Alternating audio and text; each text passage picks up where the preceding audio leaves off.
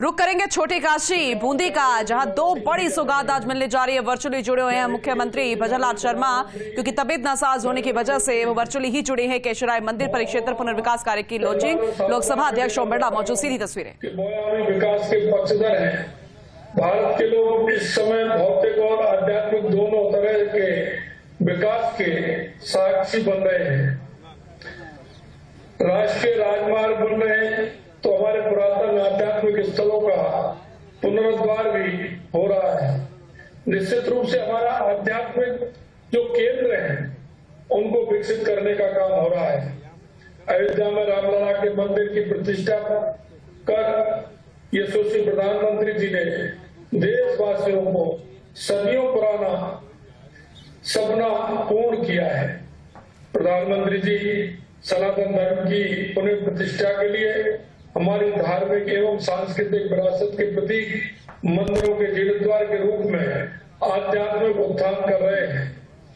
हमारे पीएम साहब सनातन धर्म सभ्यता सांस्कृतिक परंपरा को पूरी दुनिया में फिर से स्थापित करने का काम कर रहे हैं।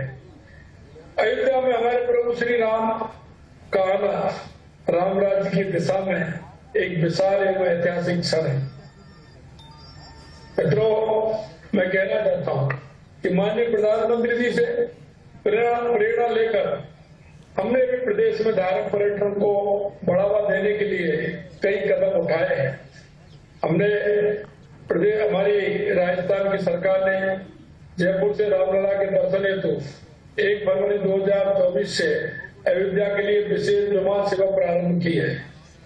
वरिष्ठ नागरिक तीर्थ यात्रा योजना के अंतर्गत अयोध्या में 3000 तीर्थ यात्रियों को श्री राम मंदिर के दर्शन और करीब 56 तीर्थ यात्रियों को रामेश्वरम की यात्रा करवाई जा चुकी है।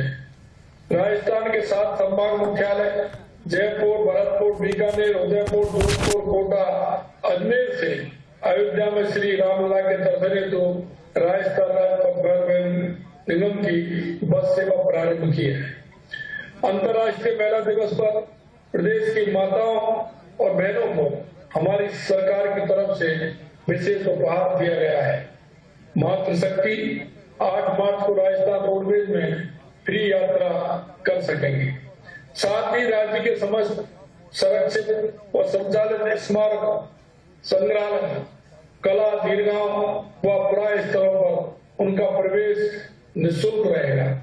पर्यटन मंत्रालय भारत सरकार द्वारा संचालित स्वदेश दर्शन 20 और प्रसाद योजना के माध्यम से देश भर में आध्यात्मिक सर्किट विकसित किए जा रहे हैं, जिसमें राज्य में Ajmer, Pushkar, Sawar circuit, heritage, Shri Krishna circuit एवं आध्यात्मिक सर्किट स्वीकृत किए हैं। इस योजना में मालेश्वरी, भीलवाड़ा, सन टेम्पल, ब्यूडादीप, कोटा के विकास कार्यों को भी सैद्धांतिक सहमति प्राप्त हो गई है। इन आध्यात्मिक स्थलों के विकास के यहाँ पहुंचने वाले श्रद्धालुओं को सुविधाओं का लाभ तो मिलेगा ही, साथ ही धार्मिक पर्यटनों के आवागमन में वृद्धि से स्थानीय लोगों के लिए रोजगार के अवसर भी सृजित होंगे। प्रधानमंत्री जी ने काशी विश्वनाथ कॉरिडोर और मंदिर परिसर का जीर्णोद्धार कर इसे इतना सुंदर बना दिया है कि श्रद्धालुओं का मन प्रफुल्लित हो जाता है। प्रधानमंत्री जी ने भीषण आपदा से प्रभावित उत्तराखंड के केदार धाम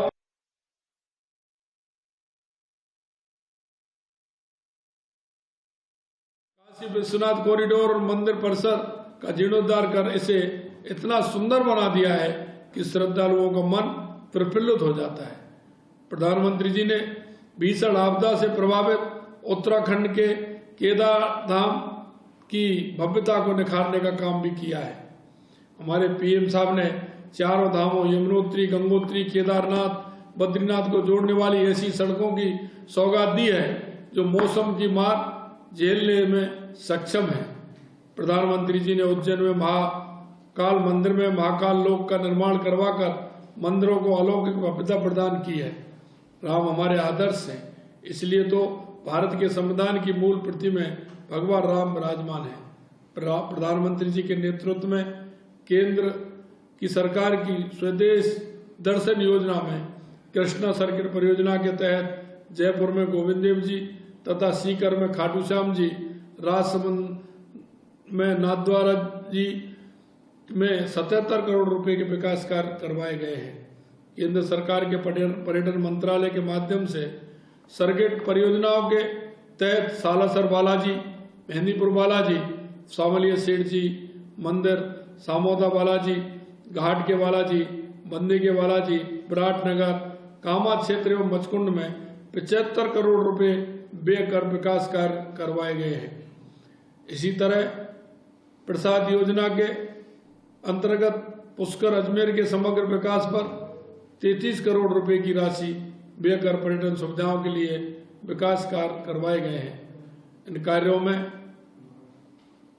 पुष्कर सरोवर, ब्रह्मा मंदिर, परिक्रमा, सावित्री माता मंदिर, पुनर्द्वार आदि शामिल हैं। प्रदेश में हमारी सरकार ने प्रदेश के 20 मंदिरों और आस्था धामों को विकास कार्य के लिए आगामी वर्ष में 300 करोड़ रुपए की राशि का प्रावधान किया है। 300 करोड़ रुपए ही नहीं, हमने अलग से पर्यटन को बढ़ावा देने के लिए महाराणा प्रताप सर्किट बनाने का काम भी किया है। हमारी सरकार निश्चित रूप से पुष्कर के घाटों का विकास, ब्रज 84 परिक्रमा मार्ग, भरतपुर में पर्यटकों हेतु आधारभूत सुविधाओं का विकास, तनोट माता मंदिर जैसलमेर का विकास करवाया जाएगा। यही नहीं, हम दूसरे राज्यों के साथ मिलकर पर्यटन को बढ़ावा देने वाली योजनाओं पर भी हम काम कर रहे हैं, जिससे पर्यटन उद्योग के विकास को गति मिलेगी। पिछली सरकार केवल घोषणाएं करने में विश्वास रखती थी। मैंने उनका अभी विधानसभाओं में जो घोषणा की उनको पढ़ा। मित्रों, मैं कहना चाहता हूं कि उन्होंने धरातल पर कभी किसी योजनाओं को लाने का काम नहीं किया, लेकिन अब यह सरकार गारंटी देती है कि पर्यटन संबंधी घोषणाओं को शीघ्र पूरा किया जाएगा। प्रदेशवासियों के लिए राहत की बात है कि अब राज्य और केंद्र में डबल इंजन की सरकार है। इस विकास के रोड मॉडल को विकसित करने का हम काम करेंगे। मैं आपसे कहना चाहता हूं मित्रों कि हमारी सरकार विकास के लिए कटिबद्ध है और जो हमने हमारे घोषणा पत्र यानी संकल्प पत्र में जो हमने आपसे वायदे किए हैं, हम उस एक एक वायदे को आपके बीच में पूरा करेंगे। ये हम आपको विश्वास दिलाते हैं। हमारी नीति और नियत दोनों हमारी साफ है। हमने जो आपके बीच में घोषणा पत्र लेकर के गए थे, हमने जो आपके बीच में वायदा किया, उसे हम पूरा करेंगे। आज आपने देखा होगा, हमने एसआईटी का गठन किया और उसके साथ ही हमने कहा कि हम नकल करने वाले गिरोह को नहीं छोड़ेंगे। आप उसकी परिणति देख रहे हैं। ये एसओजी तो पहले भी थी, लेकिन आज आपने एसओजी का काम देखा होगा, किस तरह से हमारी एसओजी ने काम करते हुए उन सबको गिरफ्तार किया है। और आगे भी जो हमने आपके बीच में वायदे रखे हैं, हम आपको विश्वास दिलाते हैं कि राजस्थान की जनता को कभी हम निराश नहीं होने देंगे, कभी हम ये आवाज नहीं होने देंगे कि राज्य के अंदर पहला जैसा शासन की व्यवस्था थी वो व्यवस्था अब नहीं होगी। सुदृढ़ व्यवस्था होगी, विकास के आयाम होंगे और हर क्षेत्र में हम आगे बढ़ करके पर्यटन को बढ़ावा देने का भी काम करेंगे और धार्मिक स्थलों को जोड़ने का भी काम करेंगे। क्योंकि आपने देखा है, हम सौभाग्यशाली हैं कि हमारे केंद्र में हमारे उपराष्ट्रपति हमारे राज्य से है और लोकसभा के अध्यक्ष हमारे राज्य से है, हमारे हैं जिन्होंने राजस्थान को देखा है, राजस्थान को परखा है। निश्चित रूप से उन सभी का फायदा भी हमें मिल रहा है और हम इस राजस्थान को पूर्ण रूप से निरंतर ऊंचाइयों को छूने का काम करेंगे। मैं आप सभी लोग इतनी बड़ी संख्या में जुड़े हैं, आप सभी को मैं बहुत बहुत धन्यवाद देता हूं।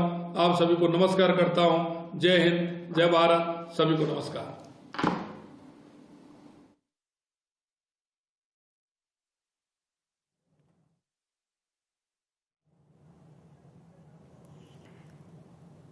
तो देखिए, मुख्यमंत्री भजनलाल शर्मा को आप सुन रहे थे। जिन कार्यों की सौगात दी जा रही है, जिन योजनाओं की सौगात दी जा रही है, उसके विषय में मुख्यमंत्री ने विस्तार से समझाया है और किस तरीके से पर्यटन स्थलों को बढ़ावा दिया जा रहा है और जो धार्मिक स्थल हैं वहां का जीर्णोद्धार किया जा रहा है, जिससे कि जो श्रद्धालु आते हैं उन्हें किसी प्रकार की परेशानी ना हो और जो बड़ी संख्या में श्रद्धालु आते हैं वो एक अच्छा मैसेज लेकर जाए, एक सुखद मैसेज यहां से लेकर जाए, जिससे कि अगर वो किसी दूसरे को बताते भी हैं तो वो भी आकर्षित हो इन धार्मिक स्थलों की ओर। कार्यक्रम में मुख्यमंत्री भजनलाल शर्मा वर्चुअली जुड़े हैं। जैसा कि आपको पता भी है, नासाज चल रही है मुख्यमंत्री की तबीयत, इसी वजह से प्रत्यक्ष तौर पर, भौतिक तौर पर इस कार्यक्रम में मुख्यमंत्री की उपस्थिति संभव नहीं हो पाई, लेकिन महत्वपूर्ण कार्यक्रम है, सौगात जनता को समर्पित है और इसीलिए वर्चुअल तरीके से मुख्यमंत्री जुड़े हैं। छोटी काशी बूंदी को सौगात केशवराय मंदिर परिक्षेत्र पुनर्विकास कार्य की लॉन्चिंग कार्यक्रम है ये। ताकि लोकसभा अध्यक्ष ओम बिरला कार्यक्रम में मौजूद सके, पूरे देश की संस्कृति, सभ्यता, रीति रिवाजों और परंपराओं को हम जान सकें। कहते हैं ना कि यूं तो घर ही में सिमट आई है दुनिया सारी, यूं तो घर ही में सिमट आई है दुनिया सारी, हो मयस्सर तो कभी अपना देश घूम कर देखो, क्योंकि वास्तव में हमारा देश बहुत खूबसूरत है और हम अपने देश को जब घूमते हैं, देखते हैं तो हमारे देश की सभ्यता को, संस्कृति को, वहाँ की परंपराओं को समझते हैं। क्योंकि ये सिर्फ हमारा देश, जब हम इसके भ्रमण के लिए निकलते हैं, इसका मकसद यही होता है कि आप घूमने जा रहे हैं लेकिन उसके साथ साथ अपने ज्ञान में भी वृद्धि कर रहे हैं। बहुत कुछ हमें सीखने के लिए यहाँ पर मिलता है। और आज का कार्यक्रम में बस कुछ ही पलों में माननीय प्रधानमंत्री जी आदरणीय श्री नरेंद्र मोदी जी द्वारा स्वदेश दर्शन योजना की लॉन्चिंग वर्चुअल के माध्यम से की जाएगी। बस कुछ ही पलों में माननीय प्रधानमंत्री जी द्वारा ये लॉन्चिंग यहाँ पर की जाएगी। और साथ में क्योंकि भारत के पर्यटन, धार्मिक, आध्यात्मिक स्थलों पर 52 प्रोजेक्ट के विकास कार्यों का लोकार्पण और लॉन्चिंग कार्यक्रम श्रीनगर, जम्मू कश्मीर से वर्चुअल माध्यम से माननीय प्रधानमंत्री जी आदरणीय श्री नरेंद्र मोदी जी के कर कमलों से किया जाएगा। इसमें पर्यटन मंत्रालय, भारत सरकार द्वारा राजस्थान राज्य के सांवलिया सेठ जी चित्तौड़गढ़ स्वदेश दर्शन 1.0 के आध्यात्मिक सर्किट के अंतर्गत विकास कार्यों का लोकार्पण, करणी माता मंदिर बीकानेर प्रसाद योजना 2.0 और केशवराय पाटन मंदिर बूंदी के स्वदेश दर्शन 2.0 के अंतर्गत विकास कार्यों की आज यहाँ पर लॉन्चिंग की जाएगी। बस कुछ ही पलों में माननीय प्रधानमंत्री जी के कर कमलों से ये लॉन्चिंग और ये कार्यक्रम हम आगे बढ़ाएंगे।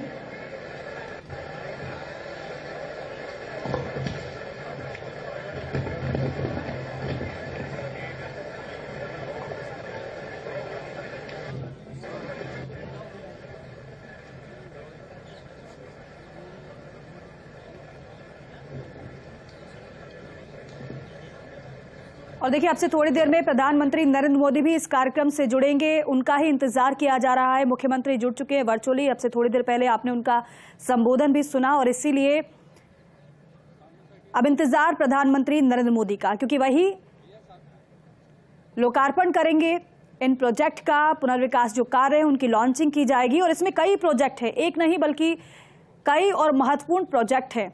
जिस तरीके से बताया भी जा रहा है, पर्यटन स्थलों के साथ साथ जो धार्मिक स्थल हैं उनका भी जीर्णोद्धार के साथ साथ किस तरीके से रखरखाव हो, जिससे कि जो श्रद्धालु वहां पर पहुंचे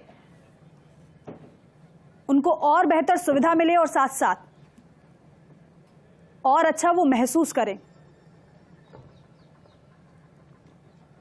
क्योंकि प्रदेश में बस अभी कुछ ही पलों में माननीय प्रधानमंत्री जी अनेक धार्मिक स्थल हैं जहां पर बड़ी संख्या में श्रद्धालु पहुंचते हैं। वर्चुअल माध्यम से किया जाएगा और उसके बाद माननीय लोकसभा अध्यक्ष मन में आस्था लिए हुए, भक्ति लिए हुए, लेकिन जब कई बार ऐसा होता है कि जब दर्शन के लिए जाएं या फिर वहां पहुंचे तो वहां इस तरीके से समस्याएं आती हैं जिससे कि अच्छा मैसेज नहीं जाता है। लेकिन ऐसे प्रोजेक्ट विकास के लिए भी जरूरी और साथ ही साथ श्रद्धालुओं की सुविधा के लिहाज से भी महत्वपूर्ण है। लोकसभा स्पीकर ओम बिरला को आप देख रहे हैं, केशवराय मंदिर से सीधे तस्वीर आपके सामने, और अभी बताया भी गया कि कौन कौन से प्रोजेक्ट हैं। सांवलिया सेठ उसमें शामिल है मंदिर, इसके अलावा अन्य भी मंदिर है, क्योंकि हाल ही में जब लेखानुदान भी आया तब धार्मिक स्थलों को कैसे बढ़ावा दिया जाए और ऐसे अनेक धार्मिक स्थल हैं जिनका जीर्णोद्धार होना बाकी है, जहां पर उतनी बड़ी संख्या में लोग नहीं पहुंचते हैं, श्रद्धालु नहीं पहुंच पाते, लेकिन ऐसे ही धार्मिक स्थलों को केंद्र बिंदु में लाना है जिससे वहां पर भी लोगों की आवक हो सके, श्रद्धालु पहुंच सके।